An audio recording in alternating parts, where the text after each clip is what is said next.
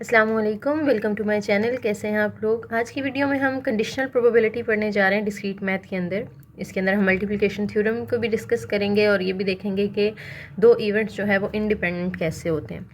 तो एग्जांपल से ही direct start है, उसके बाद इस एग्जांपल के थ्रू ना आपको कंडीशनल प्रोबेबिलिटी का कॉन्सेप्ट समझ में आएगा। ठीक है, पहली एग्जांपल है what is the probability of getting a 2 when a dice is tossed. यानी जब आप डाइस को टॉस करते हो, ठीक है, तो आपके पास टोटल पॉसिबल आउटकम्स कितनी होती हैं। यानी एन ऑफ एस के अंदर क्या आ जाएगा 6, यानी 1 से 6 तक नंबर आ सकते हैं। अगर आपने देखना है कि 2 आने के चांसेस कितने हैं, तो जो एन ऑफ ई है यानी इवेंट है वो क्या आ जाएगा, 1 आ जाएगा ना। यानी ई हमने नाम रखा है, उसके अंदर सिर्फ 2 आएगा ना। और एस के अंदर तो हमारे पास 1 से 6 तक सारे नंबर्स हैं, तो इसके अंदर एक ही एलिमेंट है, इसलिए इसकी यहाँ पे नंबर ऑफ एलिमेंट्स इन ई हम कितने लेंगे, 1 लेंगे। जब हमने प्रोबेबिलिटी ऑफ ई निकालनी है तो वो किसके इक्वल होता है, N of E over N of S. तो ई 1 है और एस जो है वो 6 है, तो ये हमारे पास फर्स्ट पार्ट का आंसर आ जाएगा। ये हमने पीछे पढ़ा हुआ है, ठीक है, इसमें कुछ नया नहीं है।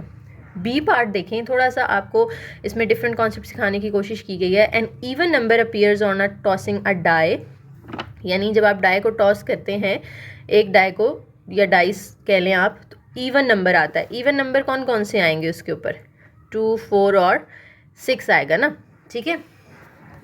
फिर कहते हैं इस बी के आगे 2 पार्ट हैं। What is the probability that number is 2। यानी इन इवन नंबर में से आपने 2, तो ये जो बड़ी एक हमारी सैम्पल स्पेस थी ना, उसमें से एक और सैम्पल स्पेस बना ली। लेट से इसको मैं S1 कह देती हूँ, उसको हमने S कहा है, इसको हम S1 कह देते हैं।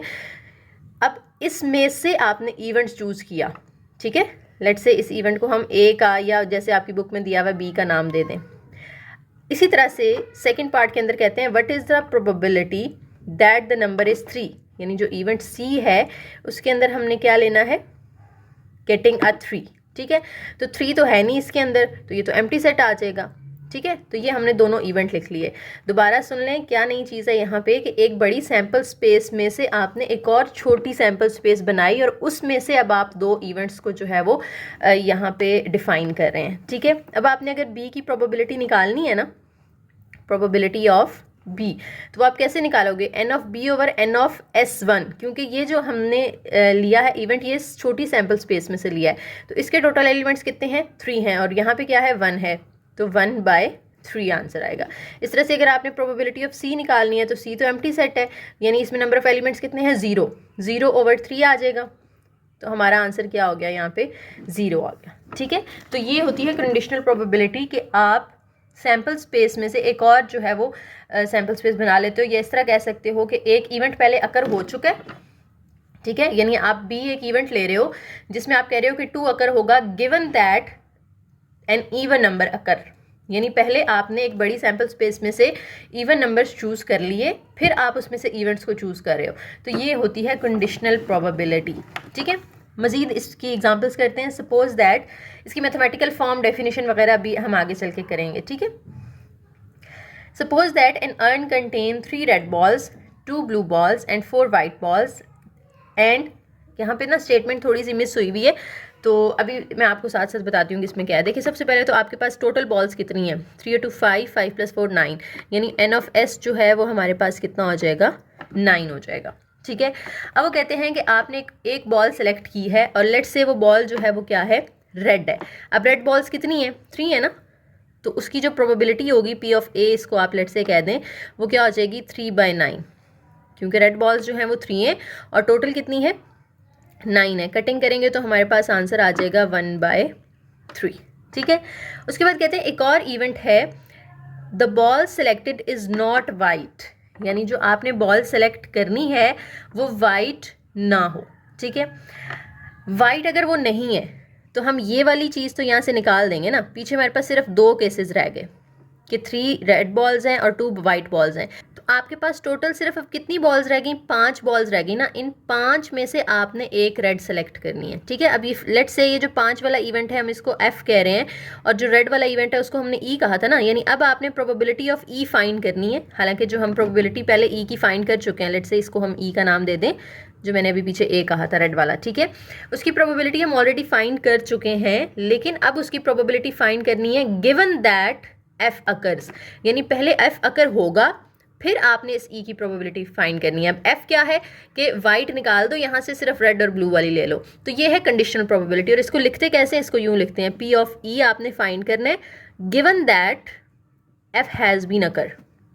अब देखें गिवन दैट का ये आपने कंफ्यूज नहीं करना उसके साथ, जैसे हम पीछे ए माइनस भी पढ़े थे वो स्लैश थी। स्लैश यानी जो थोड़ी हम यूँ टेढ़ी लाइन लगाते हैं, ये बिल्कुल स्ट्रेट लाइन है, कीबोर्ड पे आपको शिफ्ट स्लैश दबाने से मिलेगी, ठीक है, बिल्कुल स्ट्रेट लाइन लगानी है आपने मैथ टाइप के अंदर।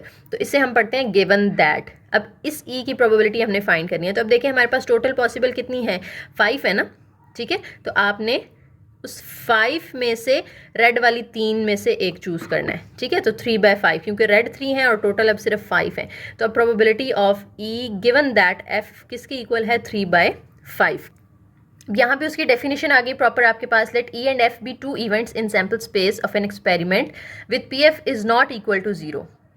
एक जो इवेंट एफ है वो 0 नहीं होना चाहिए, यानी वो एम्प्टी सेट नहीं होना चाहिए।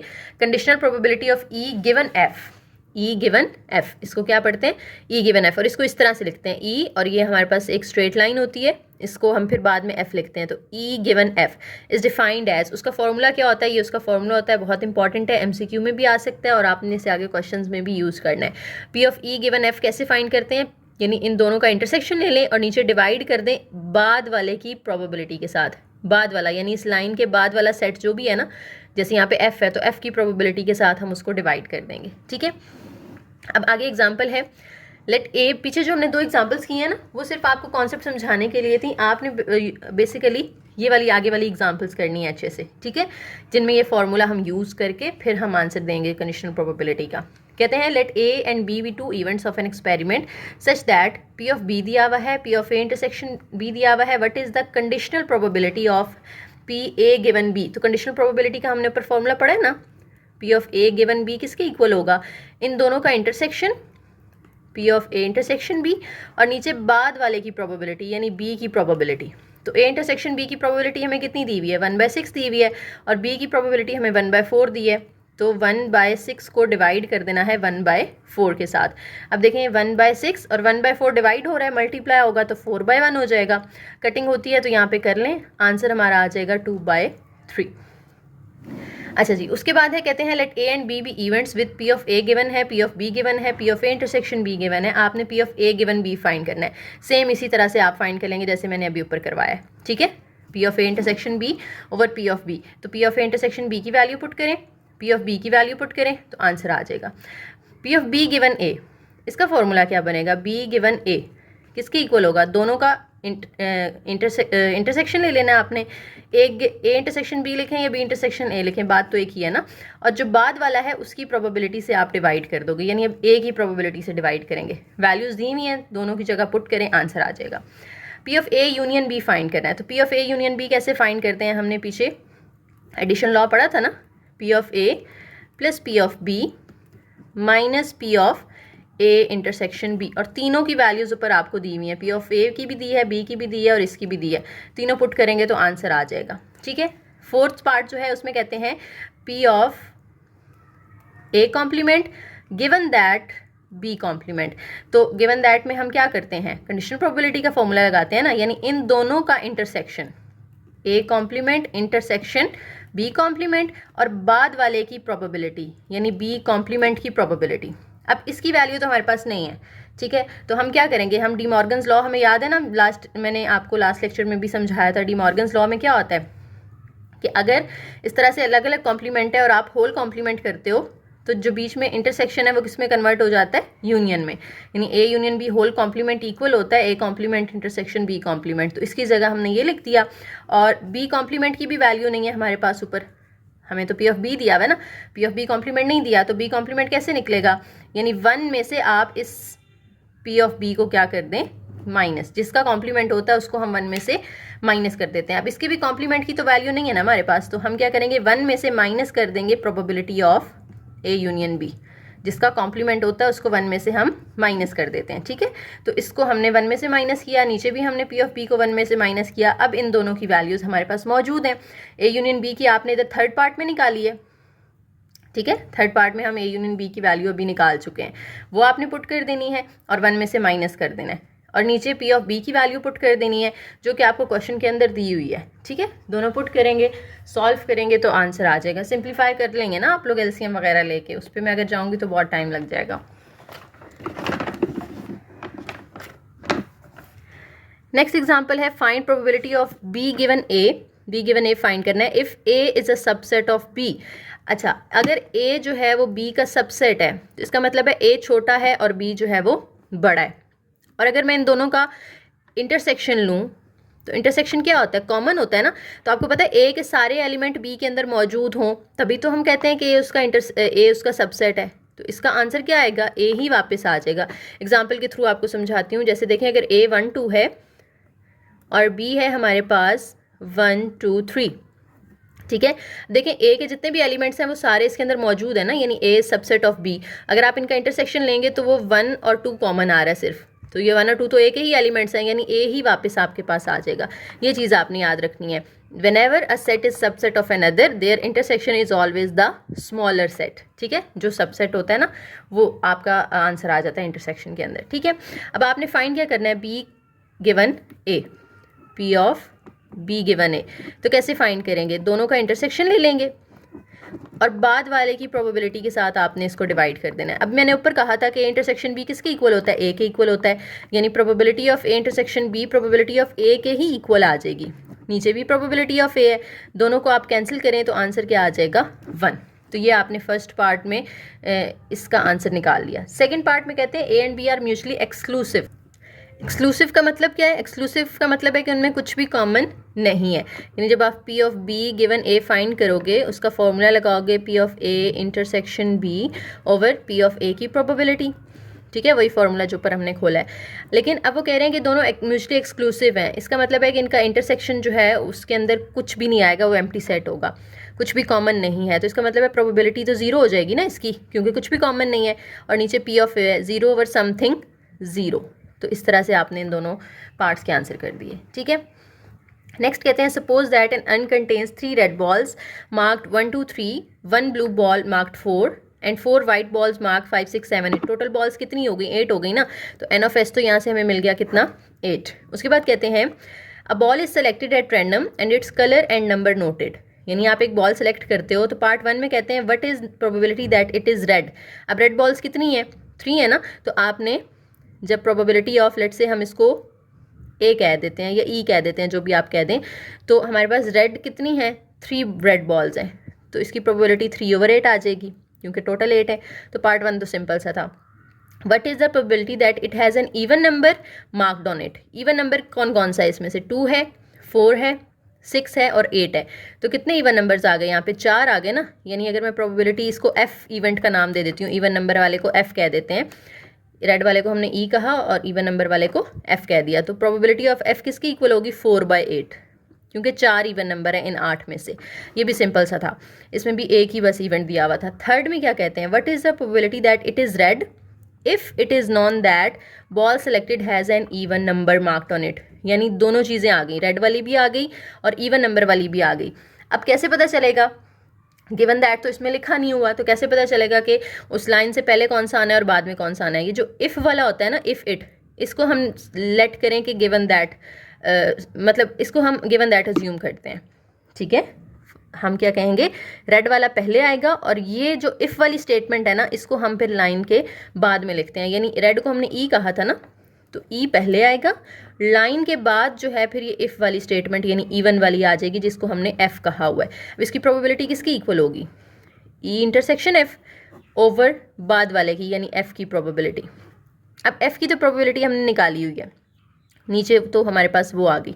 ऊपर क्या आएगा, इंटरसेक्शन ई और एफ में कुछ कॉमन है, ई में रेड बॉल्स हैं और एफ में इवन नंबर्स हैं। तो क्या रेड बॉल में जो हैं 3 उनमें से कोई इवन नंबर है, हाँ जी है, ये 2 है ना, दोनों में कॉमन आएगा फिर, यानी 1/8 ये आपके पास क्या आ जाएगा, इनका इंटरसेक्शन आ जाएगा। ठीक है, अब देखें 1/8 है और नीचे 4/8 डिवाइड हो रहा है, मल्टीप्लाई करेंगे तो 8/4 हो जाएगा, 8 8 कैंसिल, 1/4 हमारा आंसर आ जाएगा।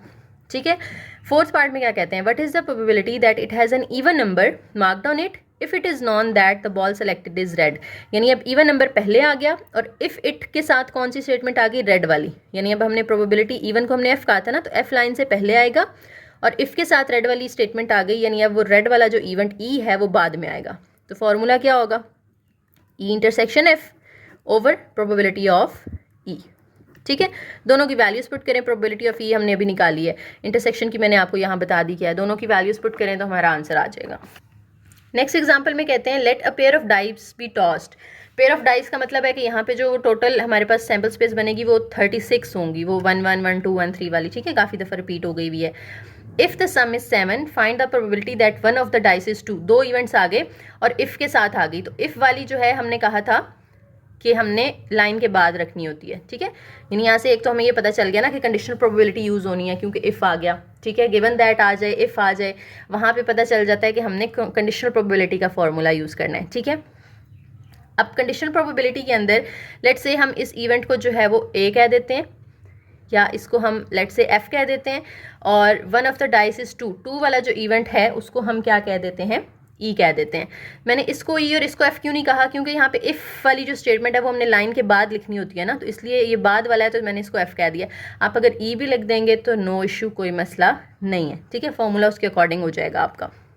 अब देखें सम इज 7, यानी वो जो 36 पेयर हैं आपके पास उनमें से वो पेयर उठा लें जिन दोनों को ऐड करके 7 आता है, तो एफ़ के अंदर वो वाली चीज़ें आ जाएंगी। तो देखें एफ़ के अंदर हमारे पास 1 6 2 5 3 4 4 3 5 2 6 1 वाले पेयर आ गए, क्योंकि इन सबको आपस में देखें ऐड करें 7, इनको ऐड करें 7, इनको ऐड करें 7 7 7 7 आ रहा है। ठीक है, और ई के अंदर हमने कहा that one of the dice is 2, यानी वो वाले पेयर उठाने हैं जिनमें से किसी एक में 2 आ रहा है, जैसे 1 2 2 1 2 2 2 3 2 4 2 5 2 6 3 2 4 2 5 2 6 2। जिस हमें पेयर में 2 नज़र आ रहा था, चाहे एक 2 था चाहे 2 2 थे, वो हमने सारे पेयर उठा के किसके अंदर रख दिए, ई के अंदर रख दिए। ठीक है, अब हमने कंडीशनल प्रोबेबिलिटी निकालनी है P of E given that F. ठीक है, क्योंकि इफ़ वाली स्टेटमेंट को हमने एफ कहा है तो उसको हमने अब लाइन के बाद रखना है, और इसका फॉर्मूला क्या बनेगा, ई इंटरसेक्शन एफ ओवर बाद वाले की प्रोबेबिलिटी, यानी एफ की प्रोबेबिलिटी। इंटरसेक्शन का मतलब है कॉमन, दोनों के अंदर कुछ कॉमन आ रहा है, कोई पेयर है जो दोनों में आ रहा है। जैसे देखें यहाँ पे 2 5 है और इसमें भी 2 5 आ रहा है, ई और एफ दोनों में आ रहा है। 5 2 एफ में भी है और 5 2 जो है वो ई में भी है, तो सिर्फ 2 हैं जो कॉमन आ रहे हैं। तो ई इंटरसेक्शन एफ की प्रोबेबिलिटी कितनी हो जाएगी, 2/36, क्योंकि एन ऑफ एस तो 36 है। और एफ की प्रोबेबिलिटी कितनी होगी, एफ के अंदर कितने हैं, 1 2 3 4 5 6 पेयर्स हैं, तो 6/36।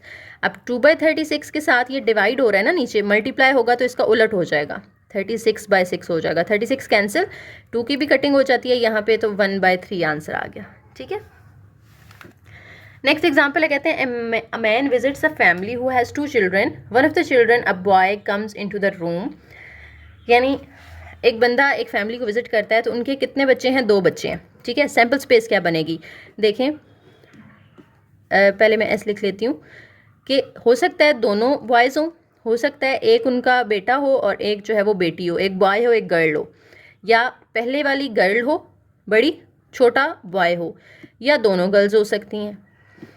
ठीक है, ये 4 पॉसिबिलिटीज़ है ना। कहते हैं find the probability, in an of S के अंदर 4 आ गए, find the probability that other child is also a boy. यानी एक जो बच्चा एंटर हुआ है ना, वो पहले उन्होंने क्या कहा कि बॉय है, प्रोबेबिलिटी फाइंड करें कि उनका दूसरा बच्चा भी बॉय होगा। इस इवेंट को ना हम इवेंट ई का नाम दे देते हैं। ठीक है, अब इसके आगे 2 पार्ट्स हैं। The other child is known to be elder, यानी जो दूसरा बच्चा होगा वो बड़ा होगा। ठीक है, यानी दूसरा अगर बॉय है, पहला बॉय एंटर हुआ और दूसरा भी अगर बॉय है तो वो बड़ा होगा, यानी बॉय बड़ा देखें हमें इसमें नज़र आ रहा है और इसमें नज़र आ रहा है। ठीक है, इसमें तो बॉय यंगर है और इसमें तो दोनों गर्ल्स हैं। ठीक है, तो कितने हो गए यहाँ पे हमारे पास, 2 आ गए ना, यानी पी ऑफ ई की प्रोबेबिलिटी आपने फाइंड करनी है गिवन दैट, इसको लेट से हम क्या कह देते हैं, इस इवेंट को एफ कह देते हैं। तो ई की प्रोबेबिलिटी फाइंड करनी है गिवन दैट एफ। ठीक है, क्योंकि इफ़ के बाद ये वाली स्टेटमेंट आ रही है ना, तो इसको हमने लाइन के बाद रखना है।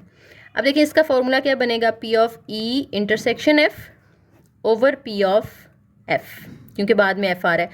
अब इंटरसेक्शन क्या है, दोनों ई और एफ में कुछ कॉमन आ रहा है। ई में हमने कहा कि वो हैं जो दोनों बॉयज़ हैं, यानी एक बॉय पहले एंटर हुआ, दूसरा इज़ ऑल्सो अ बॉय, ठीक है। तो वो दोनों बॉयज़ किसके अंदर है, इसके अंदर है ना, तो ये ई में भी आ रहा है और ये वाला एफ में भी आ रहा है, क्योंकि एफ में हमने ये दो सेलेक्ट किए हैं, तो एक कॉमन आ रहा है ना दोनों में, तो 1/4 इसकी प्रोबेबिलिटी हो जाएगी, ठीक है। और एफ की प्रोबेबिलिटी कितनी है, ये दो आए थे ना एफ के अंदर, तो इसकी 2/4 हो जाएगी। कटिंग करेंगे तो 1/2 आंसर आ जाएगा, ठीक है। उसके बाद कहते हैं सेकेंड पार्ट के अंदर, nothing is known about the other child, यानी दूसरे बच्चे के बारे में आपको नहीं पता कि वो क्या है। लेट से इसको मैं एक नया नाम दे देती हूँ, सी का नाम दे देती हूँ, ठीक है। आप उसको जी का कुछ भी दे सकते हैं, आपकी बुक में वैसे इसको ए बी और सी का दिया हुआ है, आप उस तरह से भी दे सकते हैं। तो इवेंट को नाम देने में कोई मसला नहीं है, आप अपनी मर्जी से नाम दे सकते हो, ठीक है। अच्छा, इसमें उन्होंने कहा है कि अदर चाइल्ड जो है उसके बारे में आपको नहीं पता, तो आप इन चारों में से कितनी पॉसिबिलिटीज़ लेंगे सी के अंदर।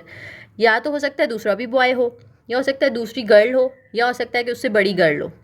ये तो नहीं उसके अंदर आएगा ना दोनों गर्ल्स, क्योंकि उन्होंने स्टेटमेंट में कह दिया कि एक बॉय एंटर होता है पहले रूम के अंदर, ठीक है। तो उसने दूसरे के बारे में अंदाज़ा लगाना है कि दूसरा कौन होगा, तो ये तो निकाल देना यहाँ से। तो सी के अंदर सिर्फ कितने आएंगे, 3 आएंगे, यानी सी के अंदर एन ऑफ सी जो है हमारे पास वो क्या है, 3 है।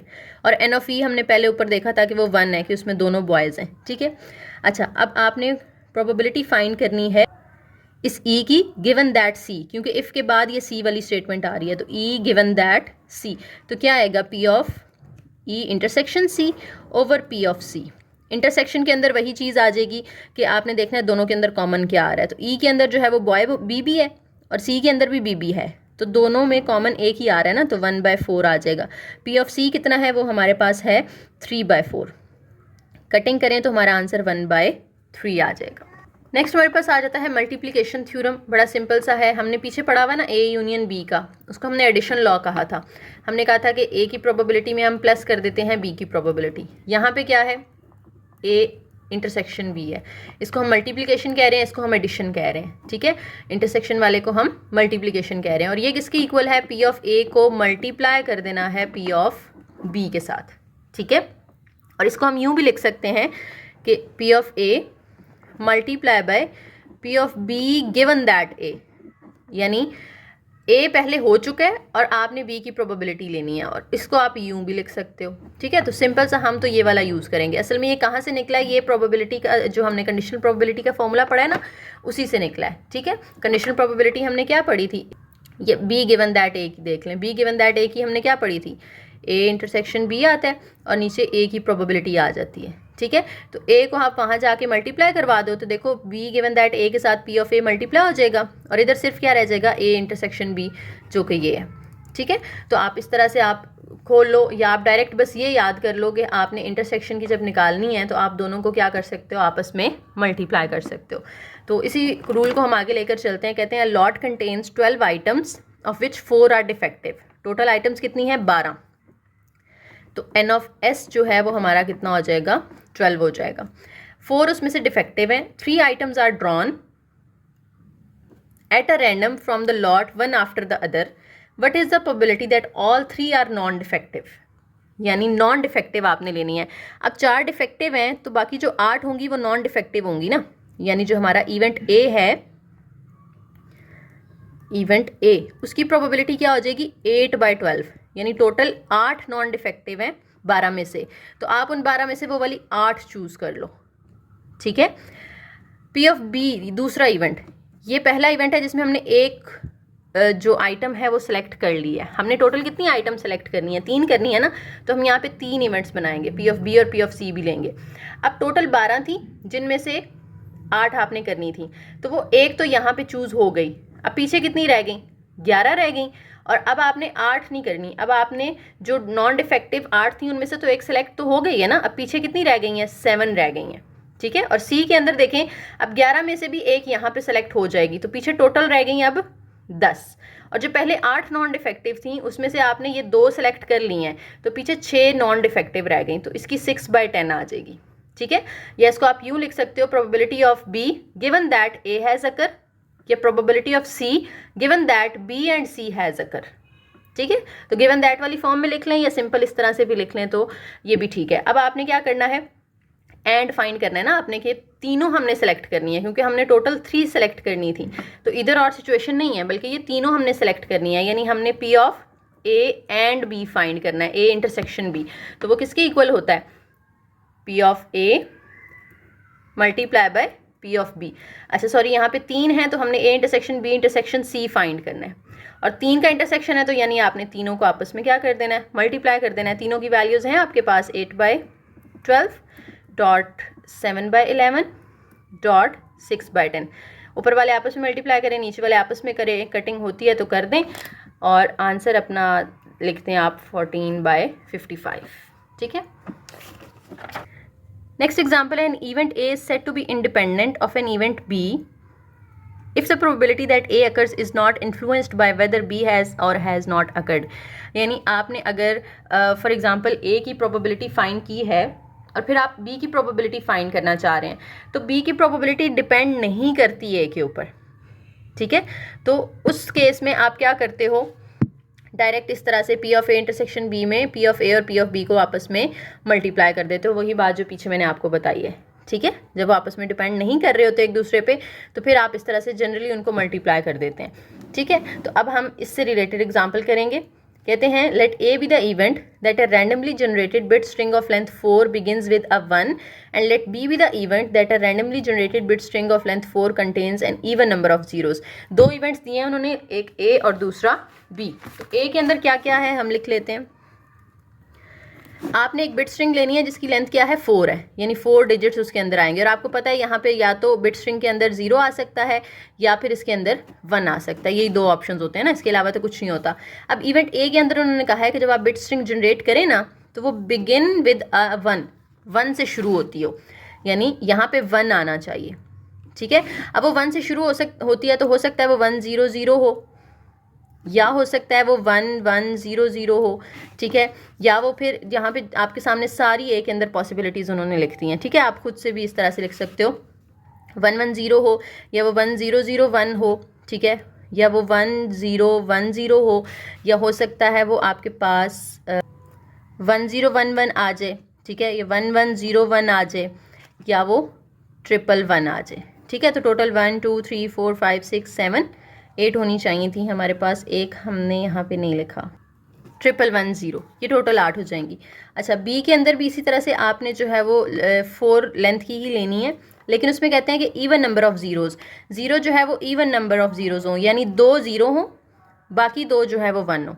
अब ये 2 0 कहाँ पे होंगे, इवन नंबर यही होता है ना कि दो जो 2 के टेबल में आते हैं 2 4 6, तो या तो 2 जीरोज़ हों या 4 जीरोज़ हों, या 0 जीरोज़ भी हो सकते हैं, क्योंकि 0 को भी हम इवन ही कंसिडर करते हैं बेसिकली, क्योंकि यहाँ पे दरमियान में ऑड आ रहे होते हैं ना 1 3 5, तो ऑड के साइड्स पे जो होते हैं वो इवन कंसिडर होते हैं। तो 0 को हम वैसे तो इवन ऑड किसी में नहीं रखते, लेकिन अगर कभी रखना पड़े तो हम उसको इवन कैटेगरी में शामिल करते हैं, ठीक है।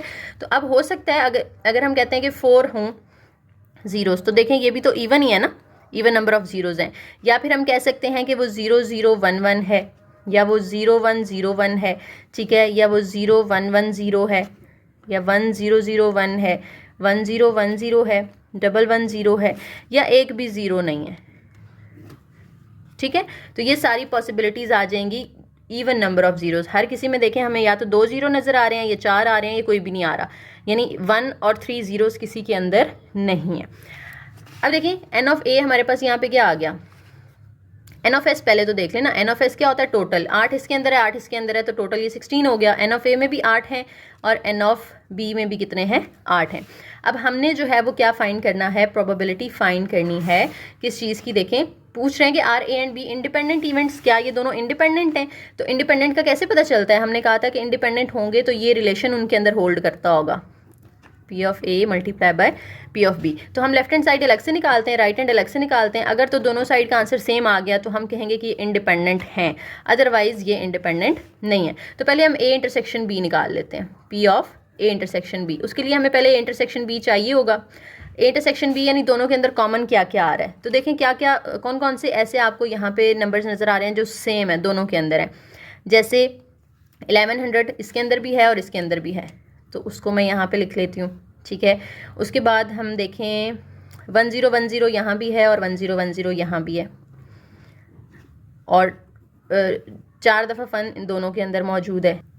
1001 इसके अंदर भी है और 1001 इसके अंदर भी है, ये हमारे पास 4 आ गए, यानी n of A intersection B complement क्या आ गया आपके पास 4 आ गया। तो इसकी प्रोबेबिलिटी क्या होगी 4 ओवर टोटल कितना है 16 है ना, तो इसकी प्रोबेबिलिटी 4/16 हो गई। ठीक है, अब आप देखें ये लेफ्ट हैंड साइड आ गई, कटिंग करना चाहें तो आप कटिंग भी कर सकते हैं। राइट हैंड साइड में देखें पी ऑफ ए और पी ऑफ बी को आपने आपस में क्या कर देना है मल्टीप्लाई कर देना है। तो पी ऑफ ए की वैल्यू आपने ऊपर देखी 8/16 होगी, पी ऑफ बी की भी 8/16 होगी।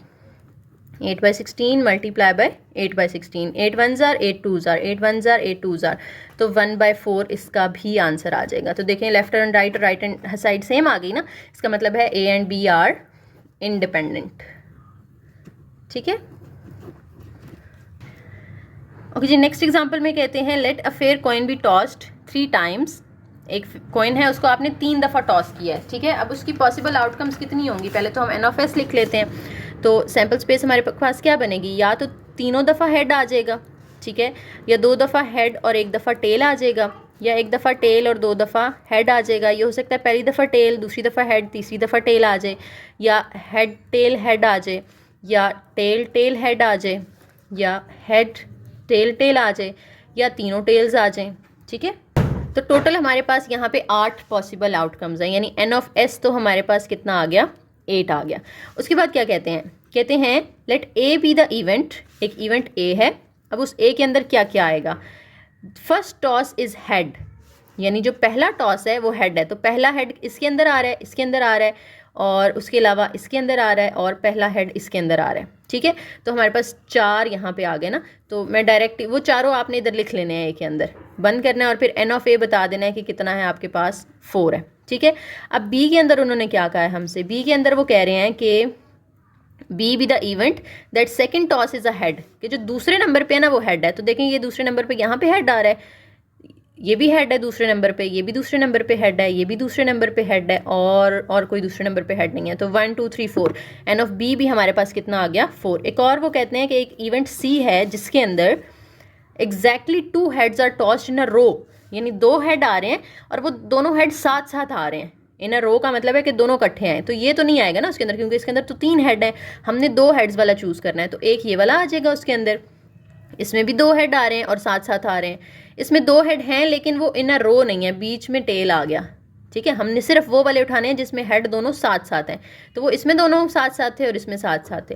तो हमारे पास सिर्फ यहाँ पे सी के अंदर कितने आ जाएंगे 2 आ जाएंगे। अब आपने फाइंड क्या करना है, फाइंड करना है examine pair wise independence of 3 events, तीनों की आपस में इंडिपेंडेंस फाइंड करनी है, लेकिन इकट्ठी नहीं करनी, पेयर वाइज करनी है। पेयर वाइज का मतलब है 2-2 करके चेक करनी है आपने, पेयर में 2 होते हैं ना, 2-2 करके चेक करनी है। ठीक है, तो यानी हम पहले ए और बी की इंडिपेंडेंस चेक करेंगे, ए और बी की। तो इंडिपेंडेंस के लिए क्या होगा, वही फॉर्मूला ए इंटरसेक्शन बी और P of A dot P of B. ठीक है, अब आपने इसकी लेफ्ट हैंड साइड अलग से निकालनी है, राइट हैंड साइड जो है वो अलग से निकालनी है। तो उसके लिए हमें ए बी सी लिखना पड़ेगा वैसे, तो वो लिख लेते हैं हम। अच्छा, ये तीनों मैंने आपके सामने लिख दिए हैं ए बी सी। अब देखें ए और बी का हम इंटरसेक्शन ले रहे हैं ना, तो ए और बी के अंदर कुछ कॉमन आ रहा है, ये देखें ये भी कॉमन है, ये भी कॉमन है, 2 कॉमन हो गए, बस ये 2 कॉमन है, यानी ए इंटरसेक्शन बी के अंदर सिर्फ 2 एलिमेंट्स हैं। ठीक है, तो इसकी जब हम प्रोबेबिलिटी निकालेंगे तो वो क्या आ जाएगी 2, और टोटल एन ऑफ एस हमने ऊपर लिखा हुआ था वो कितना था 8 था, तो 2/8 आ गई, ये इसकी लेफ्ट हैंड साइड आ गई। ठीक है, राइट हैंड साइड अब हम निकाल लेते हैं। राइट हैंड साइड में हमने पी ऑफ ए और पी ऑफ बी को आपस में क्या कर देना है मल्टीप्लाई कर देना है। देखते हैं फिर दोनों साइड्स का आंसर सेम आता है या नहीं आता। तो पी ऑफ ए क्या होगा, ए कितनी है 4 है, और एन ऑफ एस क्या है 8 है, तो ये आ जाएगा 4/8 multiply by P of B क्या होगा, वो भी 4/8 होगा। तो 4 4s are 16/8 8s are 64, फिर 16 1s are 16 4s are, तो आंसर 1/4 आ गया। इसकी भी कटिंग करें तो आंसर 1/4 ही आता है, तो दोनों साइड्स का सेम आ गया ना, तो हम कहेंगे कि A and B are independent. ये तो हमें पता चल गया इंडिपेंडेंट, पहला पेयर चेक हो गया।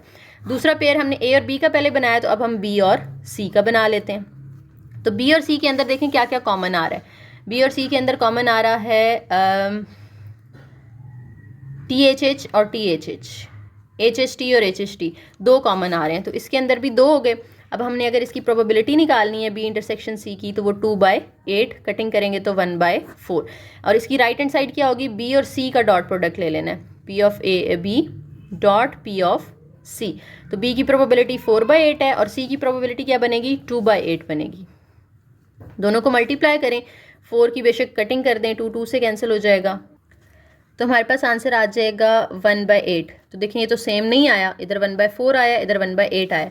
तो हम कहेंगे कि B and C are not independent. Not independent का मतलब है कि ये डिपेंडेंट है, फिर ये एक दूसरे पे डिपेंड कर रहे हैं, ठीक है। अब 2 पेयर हो गए, तीसरा पेयर किसका बनेगा, पहले ए और बी का बनाया, फिर बी और सी का बनाया, अब ए और सी का हम बना लेते हैं, ठीक है। Probability of A and C, और इसकी राइट हैंड साइड क्या होगी, probability of A dot probability of C. तो ए एंड सी की यहाँ पे हम देखते हैं कि ए और सी के अंदर क्या कॉमन आ रहा है, और इधर दोनों की मल्टीप्लाई करेंगे, आप देखेंगे दोनों साइड का सेम आता है या नहीं आता, ये आपने खुद चेक कर लेना है।